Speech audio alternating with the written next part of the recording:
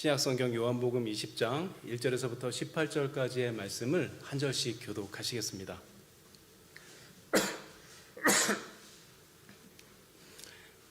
안식 후 첫날 일찍이 아직 어두울 때에 막달라 마리아가 무덤에 와서 돌이 무덤에서 옮겨진 것을 보고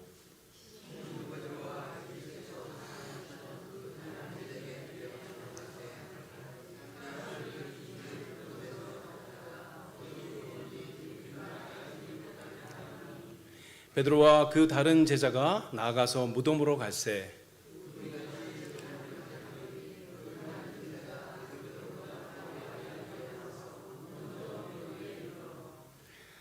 구부려 세마포 놓인 것을 보았으나 들어가지는 아니하였더니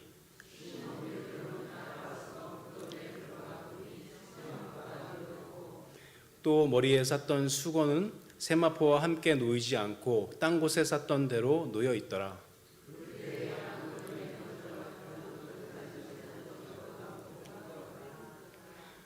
그들은 성경에 그가 죽은 자 가운데서 다시 살아나야 하리라 하신 말씀을 아직 알지 못하더라. 마리아는 무덤 밖에 서서 울고 있더니 울면서 구부려 무덤 안을 들여다보니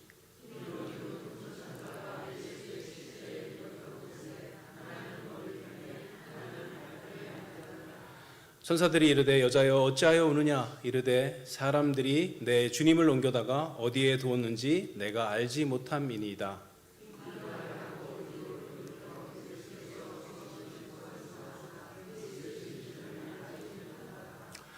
예수께서 이르시되 여자여 어찌하여 울며 누구를 찾느냐 하시니 마리아는 그가 동산지기인 줄 알고 이르되 주여 당신이 옮겼거든 어디에 두었는지 내게 이르소서 그리하면 내가 가져가리이다.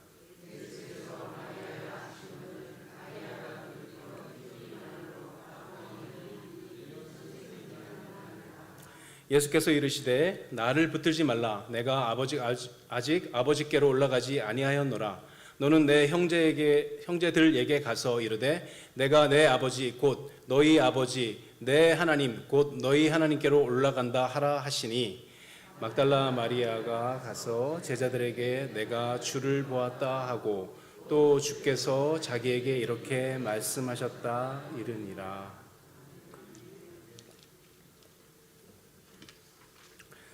우리 주님이신 예수 그리스도께서 십자가에 달려 돌아가셨습니다.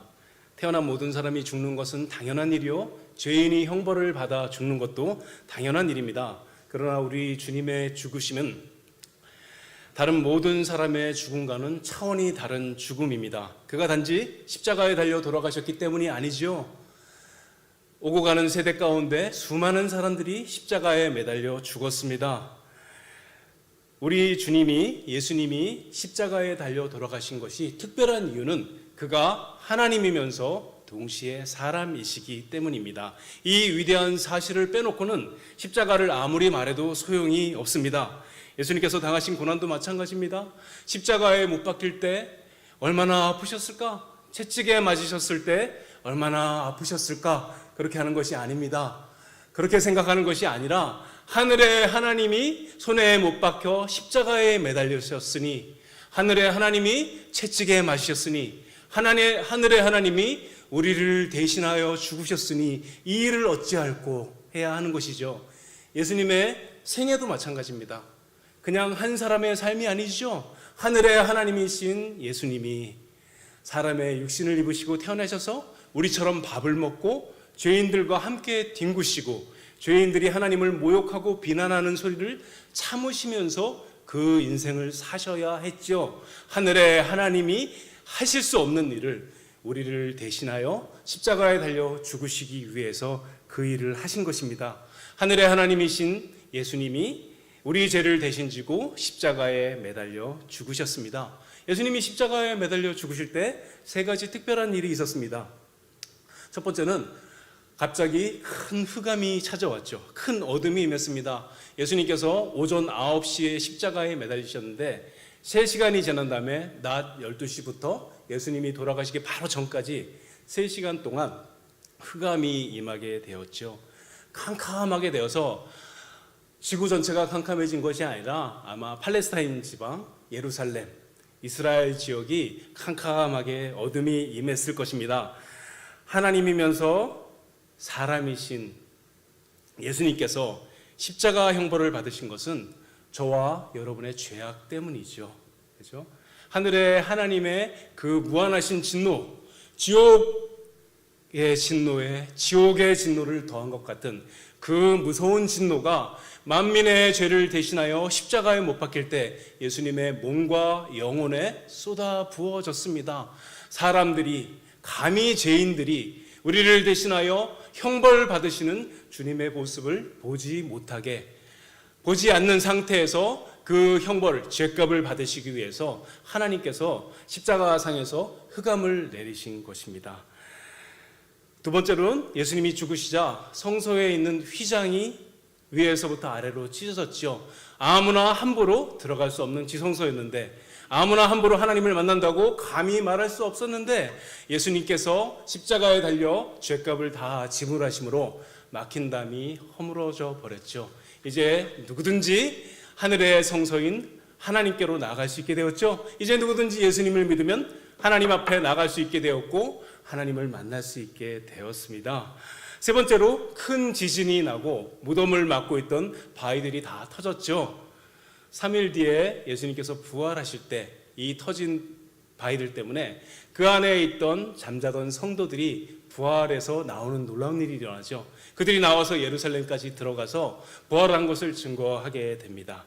이 일들이 있고 나서 아리마대 사람 요셉이 빌라도를 찾아가죠. 빌라도를 찾아가서 우리 주님을 돌려달라.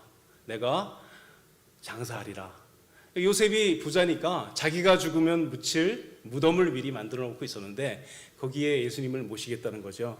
그랬더니 빌라도가 뭔 벌써 죽었냐, 그럴 리가 없다. 그래서 사람을 보내서 확인해 보죠. 왜 그러냐면 십자가에 달려서 대개는 일주일가량 매달려 있다 그래요. 그리고 짧아야 3일 정도는 매달려 있어야 사람이 죽는데 예수님은 6시간 만에 운명하셨습니다. 왜 이렇게 짧은 시간에 운명하셨을까요? 하나님의 무서운 진노가, 만민의 죄를 토제하시는 하나님의 무서운 그 끔찍한 진노가 예수님의 몸과 영혼에 쏟아질 때 예수님이 감당할 수 없었던 것입니다. 그래서 나중에 예수님이 돌아가신 다음에 확인하려고 옆구리에 창을 찌르죠. 그때 뭐가 나왔어요? 물과 피가 쏟아져 나오게 되죠. 그 물이 어디서 나왔을까요? 어떤 의학자들은 그 물이 예수님의 장기가 녹아서 흘러내린 거다, 이렇게 말을 하죠. 그렇죠? 무서운 진노가 예수님께로 쏟아부어졌습니다. 유대인들은 사람이 죽으면 시신을 세마포 천으로, 기다란 천으로, 우리 커튼처럼 기다란 천으로 둘둘둘둘 말아놔요. 그죠? 예수님도 그렇게 했습니다. 그리고 머리는 따로 다른 세마포 혹은 수건으로 둘둘 말아서 놓게 되죠. 그렇게 하고 니고데모가 예수님께 100근이나 되는 향품을 가지고 와서 예수님의 몸에 발라드립니다. 그리고 나서 큰 돌로, 큰 바위로 묘실 입구를 막아서 아무도 들어가지 못하게 해놨죠. 그리고 안식 후 첫날, 지금으로 하면 주일 새벽에, 이른 새벽에 예수님이 부활하십니다.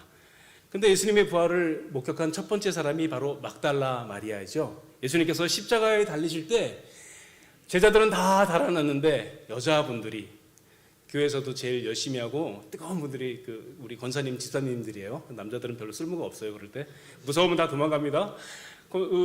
여자 성도들이죠. 여인들이 예수님의 십자가 앞에서 무서워서 도망가지 않고 그 아래서 울며 주님을 따랐죠.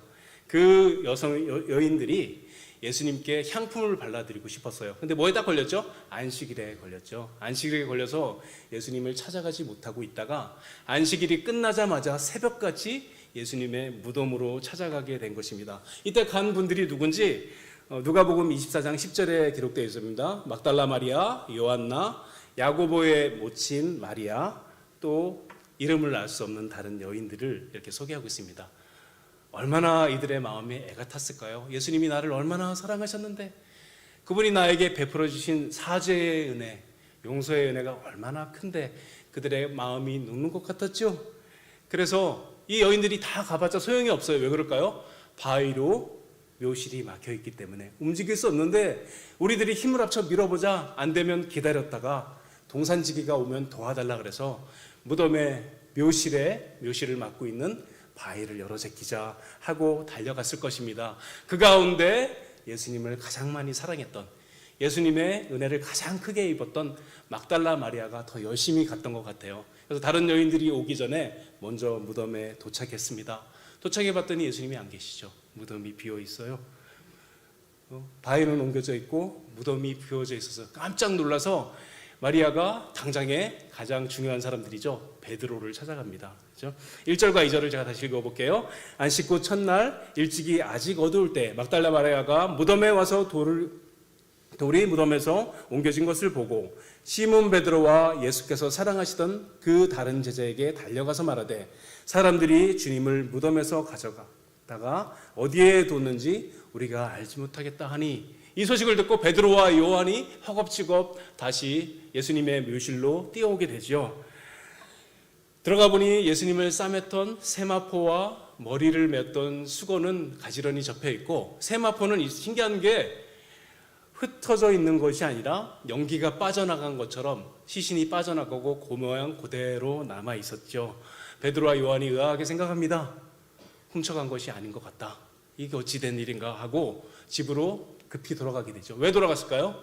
거기서 기다리고 좀 찾아보고 하지 않고 로마 군인들, 묘실을 지키던 군인들이 다시 돌아올까 봐 겁먹어서 얼른 가버렸겠죠.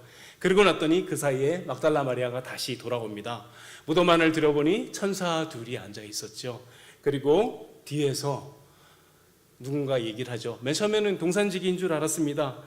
15절을 제가 읽어보겠습니다. 예수께서 이르시되 여자여 어찌하여 울며 누구를 찾느냐 하시니 마리아는 그가 동산주기인 줄 알고 이르되 주여 당신이 옮겼거든 어디에 두었는지 내게 이루소서, 그리하면 내가 가져가리다. 그러자 예수님께서 마리아야 하고 부르십니다.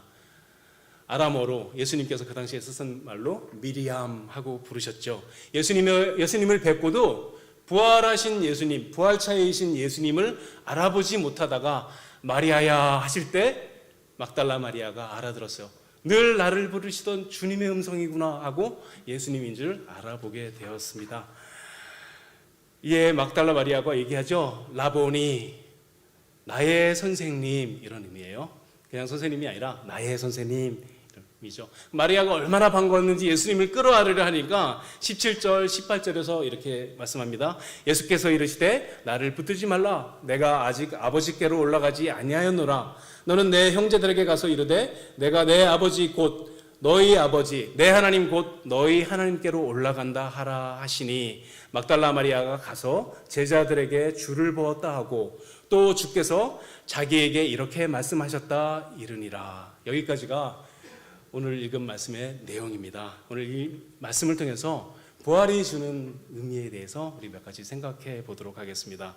첫 번째는 예수님은 틀림없이 부활하셨습니다. 틀림없이 부활하셨다는 가장 강력한 증거가 뭘까요? 첫 번째 부활하신 주님을 만난 사람, 빈 무덤을 첫 번째로 발견한 사람들이 여인들이라는 것이죠. 당시의 여인들은 증인으로서의 자격이 없습니다. 무엇을 봤다 그래도 법정에서 인정받지 못하죠. 그렇기 때문에 반대로 생각하면 뭐예요? 예수님이 부활한 것이 거짓말이라면, 누가 소설을 쓰기로 마음먹었다면, 누가 다른 사람들을 속이기로 마음먹었다면 막달라 마리아를 첫 번째 증인으로 내세우지 않았을 것이며, 또 다른 여인들이 빈 무덤을 발견하게 하지 않았을 것이며, 이 여인들이 또 다른 증인들로 나오게 하지 않았을 것입니다. 차라리 군병들이 선명하게 보게 해주거나 남자들, 증인이 될 만한 제사장이나 다른 사람들이 보게 했겠죠. 거짓말로 썼다면 말입니다. 그렇지 않죠. 예수님이 틀림없이 부활했다는 증거로 첫 번째 증인들이 막달라 마리아와 여인들이라는 것을 생각해 볼 수 있습니다. 두 번째는 성경에는 주님의 부활을 목격한 증인들이 많이 있죠. 예수님은 이후에도 10번이나 더 사람들에게 나타나십니다. 마리아에게 나타나 보이시고, 그 다음에 마리아와 같이 무덤을 찾았던 다른 여인들에게 나타내 보이셨습니다. 그리고 세 번째로 베드로에게 보이셨고, 네 번째로는 엠마오로 가던 두 제자에게 보이셨죠. 신기한 것은 제자들이 예수님하고 이야기를 하면서 계속해서 길을 걸어가는데 예수님인지를 몰랐어요. 얘기하는 게 재밌으니까 우리 집에 가서 같이 유하십시다 하고 예수님을 끌고 가죠. 모시고 가죠. 억지로 가게 하시죠. 그래서 강권해서 집으로 모시고 가서 식사를 대접해 드릴 때 예수님께서 축사하십니다. 감사 기도했다는 거예요. 우리가 식전에 기도한 것처럼 하나님 아버지 감사합니다 하고 기도했는데 예수님의 독특한 표현, 감사 기도의 어투를 깨닫게 된 거죠. 그리고 부활하신 예수님이라는 사실을 알게 됩니다. 다섯 번째는 그 모든 제자들이 다 예루살렘의 한 집에 모였을 때 예수님께서 문을 열지 아니하시고 호련히 집 안으로 들어오시죠. 신기한 일이에요. 그렇죠? 그때 마침 누가 없었어요? 도마가 없었습니다. 도마는 나중에 이야기를 듣고 내가 예수님의 그 못자국 난 손과 옆구리에 손가락을 넣어보지 않고는 믿지 않겠노라 그러죠. 그리고 나서 여섯 번째, 도마가 있을 때 예수님께서 오시죠. 나중에 도마가 뭐라고 고백합니까? 나의 주님이시요 나의 하나님이십니다 하고 고백하게 됩니다. 그리고 일곱 번째는 제자들이 갈릴리 바다에서 고기를 잡고 있을 때 예수님께서 또 나타나시죠. 밤새도록 고기를 잡았지만 한 마리도 잡지 못하고 허탕을 치고 돌아오고 있는데 예수님께서 말씀하십니다. 오른쪽에 그물을 내려라. 내렸더니 그물이 올리기도 힘들 만큼의 고기를 잡히죠. 베드로가 그때가 깨닫습니다. 예수님이구나.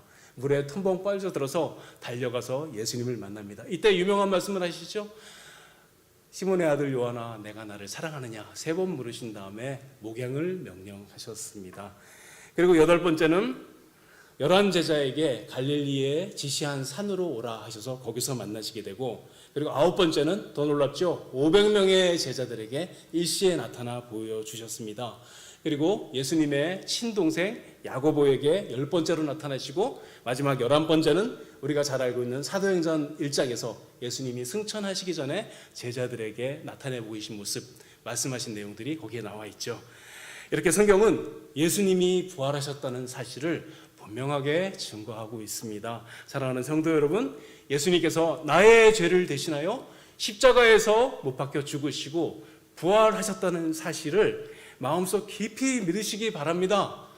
그냥 신앙으로 믿는 것이 아니라 그것이 역사적 사실이라는 사실을 굳게 믿어야 합니다. 요즘은 정말 이상한 시대를 살아가고 있습니다. 옛날에는 이상한 사람들이 이상한 말을 했어요. 이상한 사람들이 이상한 말을 했는데 요즘에는 정말 괜찮은 분들이, 정말 좋은 분이라고 알고 있던 분들이 이상한 말을 합니다.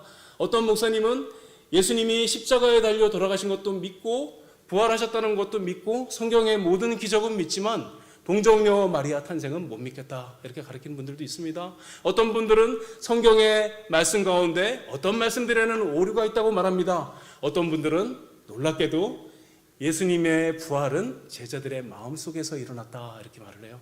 그리고 남들한테 얘기할 때는 예수님의 부활을 믿는다고 얘기합니다. 내용을 들어보면 예수님의 부활은 진짜로 일어난 것이 아니라 제자들의 마음속에서 일어났다, 이렇게 얘기를 하죠.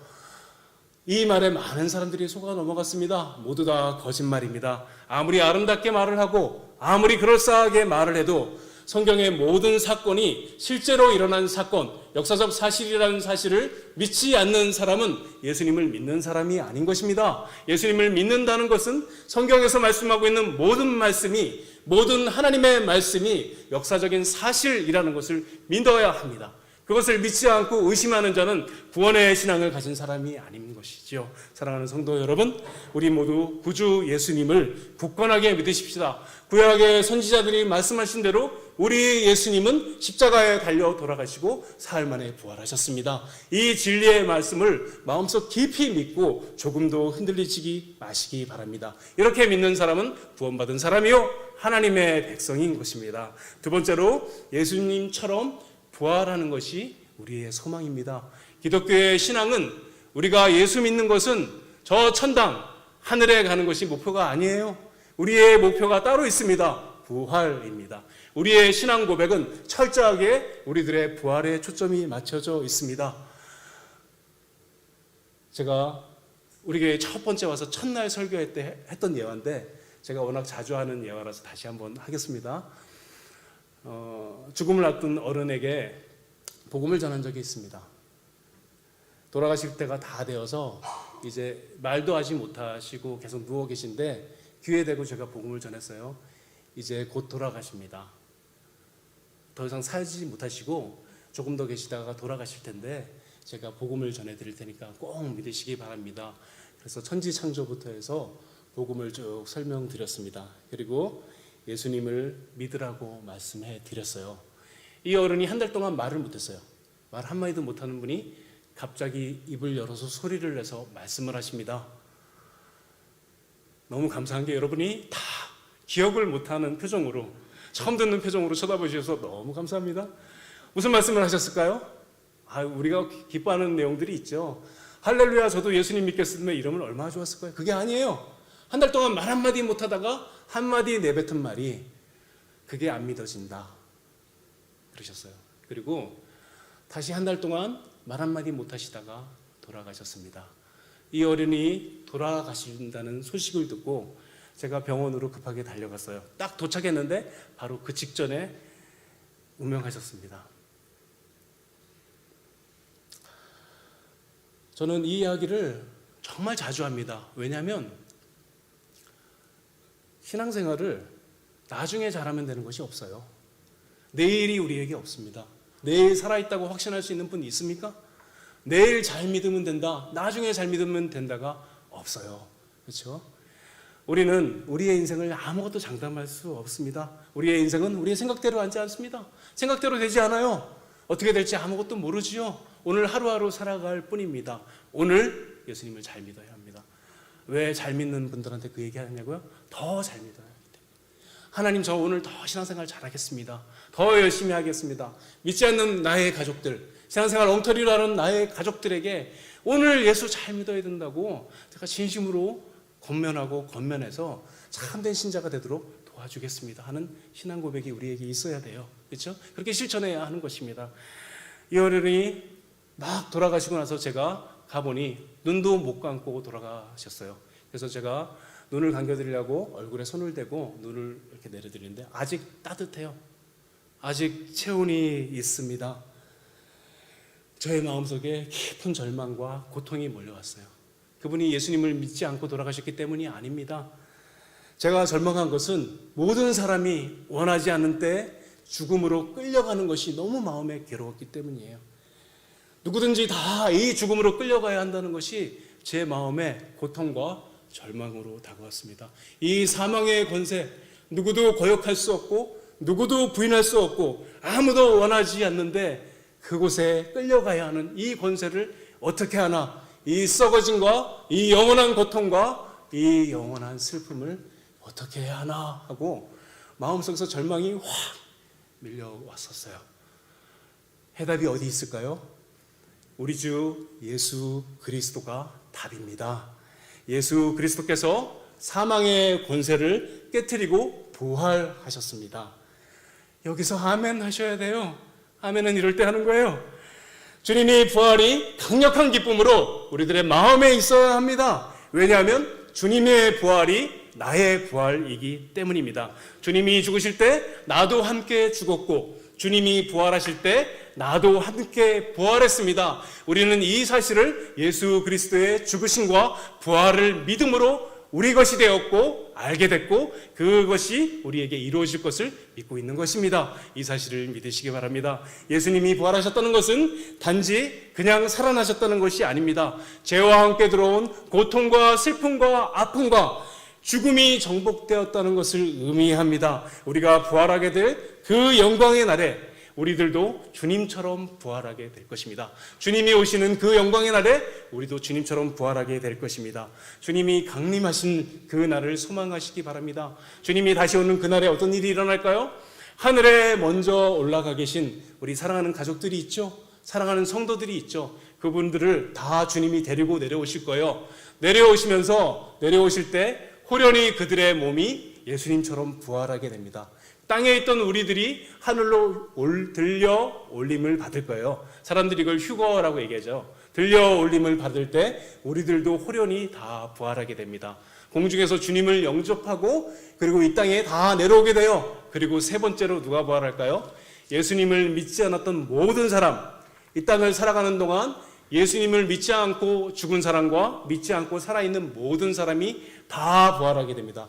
모든 사람이 부활하게 돼요. 예수님을 믿는 사람은 생명의 부활로, 예수님을 믿지 않는 사람은 사망의 부활로 모두 다 부활하게 됩니다. 예수님을 믿는 사람은 하늘나라에서, 하나님의 나라에서, 천국에서 영원히 살 수 있는 가장 아름답고 건강한 몸으로 변화되게 되고, 예수님을 믿지 않는 모든 불신자들은 지옥의 형벌을 영원히 견딜 수 있는 가장 건강한 몸으로 변하게 됩니다. 그리고 최후 심판대 앞에 서서 자기가 살아있는 동안 말하고 생각하고 행동한 모든 것에 대해서 모든 사람이 심판받게 되어 있습니다. 우리가 이 사실을 생각할 때 악당들을 향하여 너무 분노할 필요가 없습니다. 사회생활하면 밖에 나가면 수도 없이 악당들을 만나죠. 우리를 괴롭게 하는 수많은 사람들을 만납니다.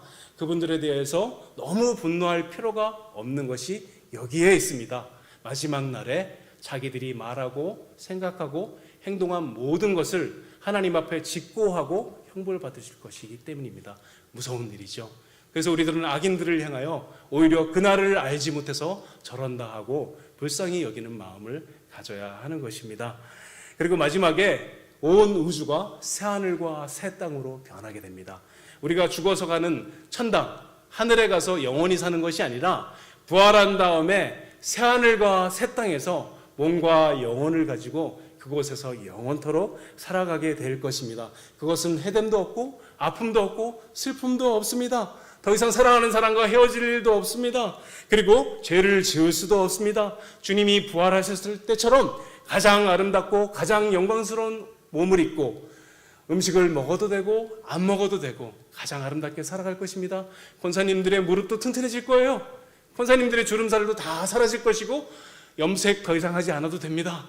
아름답고 꿈같은 날들을 영원토록 살게 될 거예요. 기쁨이 충만하게 넘치고 넘쳐서 영원한 행복이 이것이구나 하고 기쁨의 날들을 영원토록 살아가게 될 것입니다. 제가 장애인들을 섬긴 적이 있어요. 중증 장애인들을 여러 번 섬겼었거든요. 장애인들을 섬길 때 이제 신앙생활한 지 얼마 안 될 때라서 마음에 고민이 있었어요. 뭐냐면 예수님을 믿는 분인데 몸을 잘 못 움직이는 중증 장애인이거든요. 저 사람이 예수 믿는 게 기쁠까에 대한 의심이 있었어요. 예수 믿었으니까 구원은 받았을 텐데 기쁘지 않을 것 같아요. 왜냐하면 예수님을 믿는다고 장애가 사라지는 것이 아니잖아요. 예수님을 믿는다고 어떤 질병들이 사라지지가 않습니다. 기쁠까? 예배 드릴 때 마냥 기쁠까? 자기의 몸을 볼 때마다 얼마나 괴로울까? 다른 사람이 대소변을 다 받아줘야 하고 밥을 먹여줘야지 하루하루 살아가는데 저 사람이 뭐가 기쁠까 하는 생각을 했었습니다. 그렇지가 않아요. 제가 그분들과 대화하면서 깜짝 놀란 사실을 발견했습니다. 몸이 아픈 만큼 마음의 부활의 소망이 가득했습니다. 나는 지금 몸을 움직일 수 없지만, 얼굴밖에 움직일 수 없지만 내가 여기서 끝나는 것이 아니라 조금만 견디면, 조금만 더 주님을 찬양하며 견디면 나의 몸이 다시 살게 될 것이다. 그때는 이렇게 장애인이 아니야.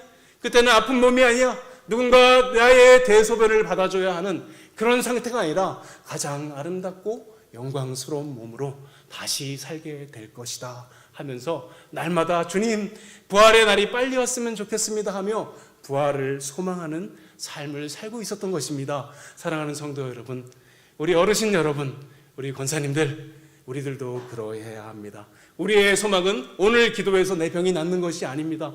우리의 궁극적인 소망은 주님 저에게 부활의 날을 주시옵소서. 내가 부활하는 날 이 모든 고통이 사라질 것입니다. 나의 모든 질병이 사라지고 나의 모든 괴로움이 사라지고 가장 영광스럽고 가장 기쁜 몸을 입고 주님을 찬양하며 살아가는 복된 날이 저에게 올 것입니다. 주님 어서 오셔서 저를 부활하게 해 주시옵소서 하는 마음의 소망을 가지시기 바랍니다.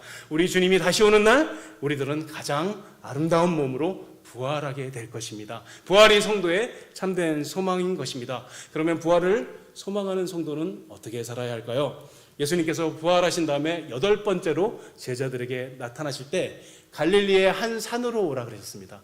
11 제자가 주님을 배웠고 경배하자 예수님께서 이렇게 말씀하십니다. 마태복음 28장 18절에서 20절입니다. 예수께서 나와 말씀하여 이르시되 하늘과 땅의 모든 권세를 내게 주셨으니 그러므로 너희는 가서 모든 민족으로 제자를 삼아 아버지와 아들과 성령의 이름으로 세례를 베풀고 내가 너희에게 분부한 모든 것을 가르쳐 지키게 하라. 볼지어다 내가 세상 끝날까지 너희와 항상 함께 있으리라. 부활하신 예수님께서 제자들에게, 부활을 소망하는 제자들에게 부활의 증인이 되라고 말씀하십니다. 모든 민족으로 제자를 삼고 세례를 베푸고 그리고 주께서 가르쳐 주신 내용들을 열심히 가르치시라고 명령하십니다. 이 말씀을 다른 말로 하면 교회를 잘 세우라는 말씀입니다. 전도하고 온 나라로 떠나서 다른 나라에 가서 이방인들에게 복음을 전하고 선교해서 결국 하고자 하는 일이 뭘까요? 교회를 세우는 일입니다. 주께서 주신 지상 명령은 단순히 복음 전도가 아니라 교회를 잘 세우라는 명령입니다. 이 명령이 우리 교회에도 동일하게 적용됩니다. 우리 교회에게 가장 급한 것이 뭘까요? 선교사를 파송하는 것일까요? 저 앞에 나가서 복음을 전도하는 것일까요? 너무나 좋은 일이죠. 그러나 더 급하고 더 열심히 해야 될 일이 있습니다. 우리 교회, 동작중앙교회를 잘 세우는 일을 우리 성도들이 다 함께 해야 하는 것입니다. 어떤 교회가 좋은 교회일까요? 여러분들은 어떤 교회가 좋은 교회라고 생각하십니까? 제가 알려드릴게요. 잘 기억하시기 바라요. 좋은 성도들이 모여있으면 좋은 교회예요. 나쁜 성도들이 모여있으면 나쁜 교회입니다. 세상에 나쁜 성도가 있다는 건 슬픈 일이지만 현실로는 사실입니다. 그렇죠? 그러면 우리 교회는 좋은 교회일까요? 어떻게 하면 좋은 성도가 될 수 있을까요? 제가 알려드릴게요. 좋은 성도가 되려고 날마다 노력하는 사람이 좋은 성도입니다. 다시 한번요. 좋은 성도가 따로 있는 것이 아니에요. 예수님을 믿는 성도가 그가 어떻게 살아왔건 그의 신앙의 수준이 어디에 있건 무엇을 알건 모르건 상관없이 오늘 내가 나를 구원하신 예수님 앞에서 좋은 성도가 되기를 원합니다 하고 신앙 고백하는 그 사람, 오늘 하루를 그렇게 살아가는 사람이 좋은 성도인 것입니다. 이 사실을 믿으시기 바랍니다.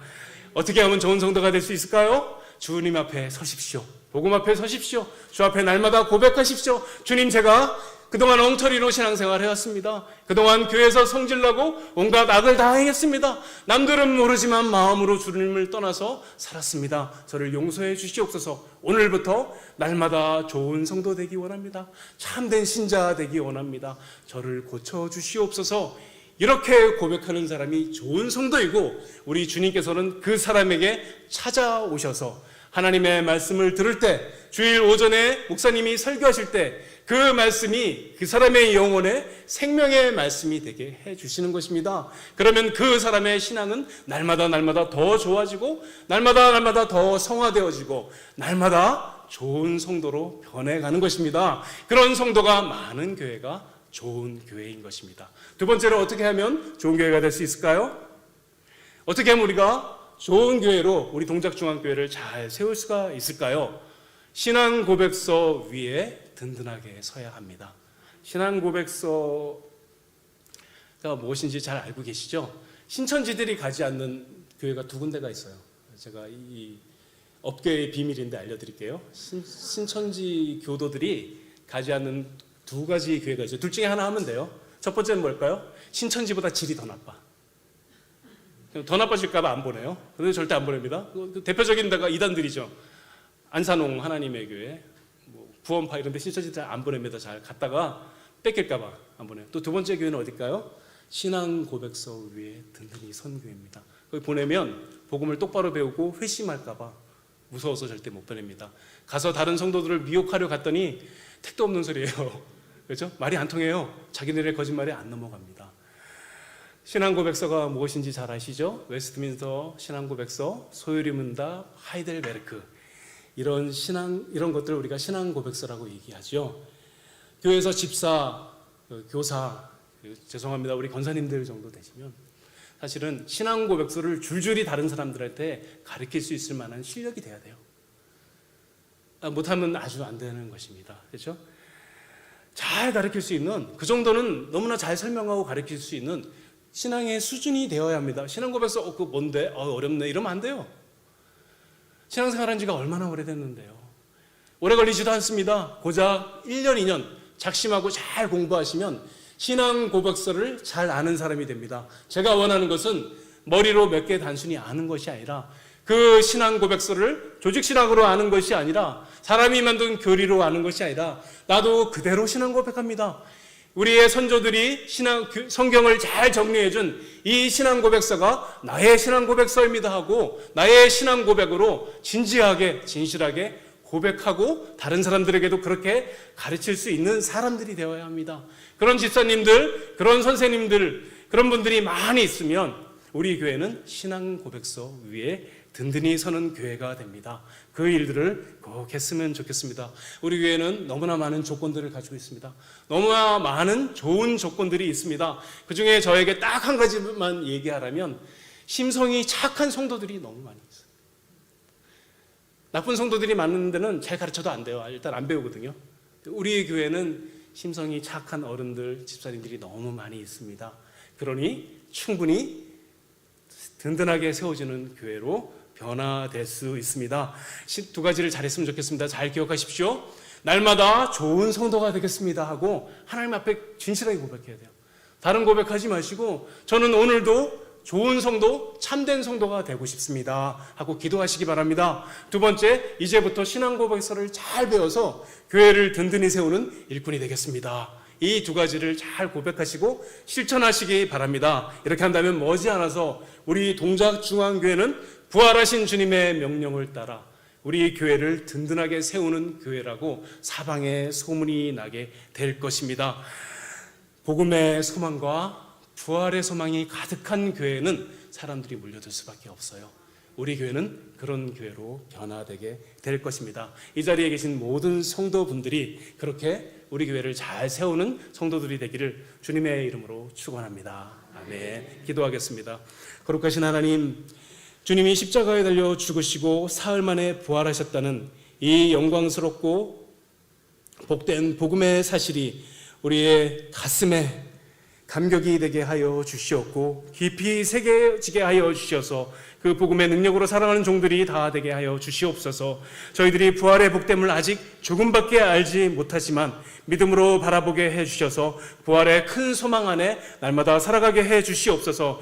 예수님께서 부활하셔서 제자들에게 교회를 잘 세우라고 명령하셨듯이 저희도 그렇게 주님의 몸된 교회를 잘 세우는 종들이 되기 원합니다. 우리 동작교회 모든 성도들이 그렇게 아름다운 성도들로 날마다 성장하며 주님을 뜨겁게 사랑하는 성도들이 되도록 주님 역사하여 주시고 고쳐 주시옵소서. 예수님의 이름으로 기도드립니다. 아멘.